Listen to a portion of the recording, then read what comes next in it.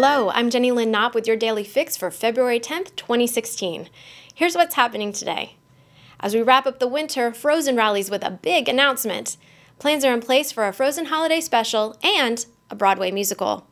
The holiday special will be coming to ABC in 2017 with all of the original voice cast returning. But the bigger news is that the Broadway musical will be hitting the stage in the spring of 2018.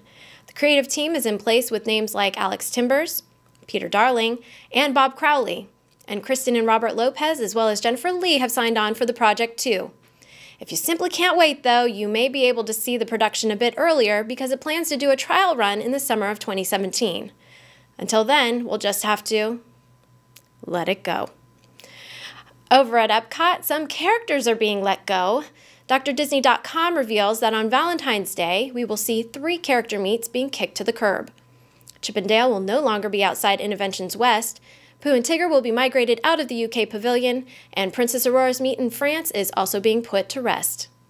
Instead, we can expect Daisy Duck and Pluto to take some spots in Future World, and Chip and Dale will now be near the entrance to the park. Princess Aurora might be down on her luck, but Disney sure isn't. They released their earnings for the first quarter, and the news was good. Very good. The company reported better than expected earnings, up 28% from the previous year. Star Wars drove most of the growth in the studio business, which was up 46%. In fact, Disney CEO Bob Iger said that thanks to Star Wars, the company delivered the highest quarterly earnings in the company's history. Parks and Resorts also did well, with sales climbing a healthy 9% to $4.28 billion. The earnings report stated that the increase was due to a 10% increase in attendance over the last year, as well as an increase of 7% in guest spending. This marks the 10th straight quarter of double-digit growth for the media giant. In spite of the good news, analysts are concerned about the future of ESPN, which showed a decrease of 5% in operating revenue in the quarter. Analysts are concerned that the trend towards cord cutting will continue to negatively impact ESPN's value. Overall, though, Disney's situation is pretty sweet. Apparently, the employee benefits aren't too shabby either. At least that's how Glassdoor.com feels. Finishing ahead of companies like Facebook and Google, Disney pulled in at number 13 on the list of best companies for employee benefits. Free admission and discounted merchandise and hotel stays were of note, but it was their health insurance, vacation time, and retirement plan that won them a 4 on the 5-point scale. As long as we're talking about the scale, I want to point you to a new post on the Diz. Jody Franson has written an article explaining the components of a perfect Disney vacation. So if you're wanting an upcoming visit to be 5 stars, head over to wdwinfo.com for a little guidance. Over on the Diz boards, we have one poster who is in need of such guidance.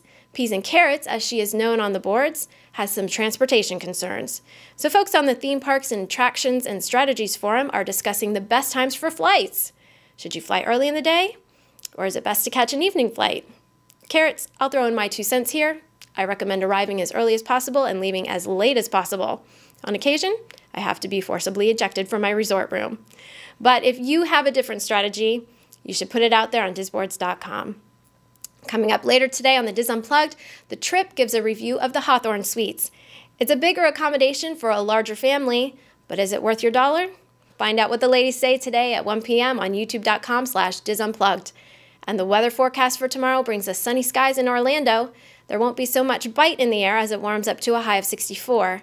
But Anaheim is really sitting pretty tomorrow with a clear sky and a high of 88. That's our Daily Fix for February 10th, 2016. For links to all that we mentioned today, visit wdwinfo.com/dailyfix. I'm Jenny Lynn Knopp. Enjoy your day.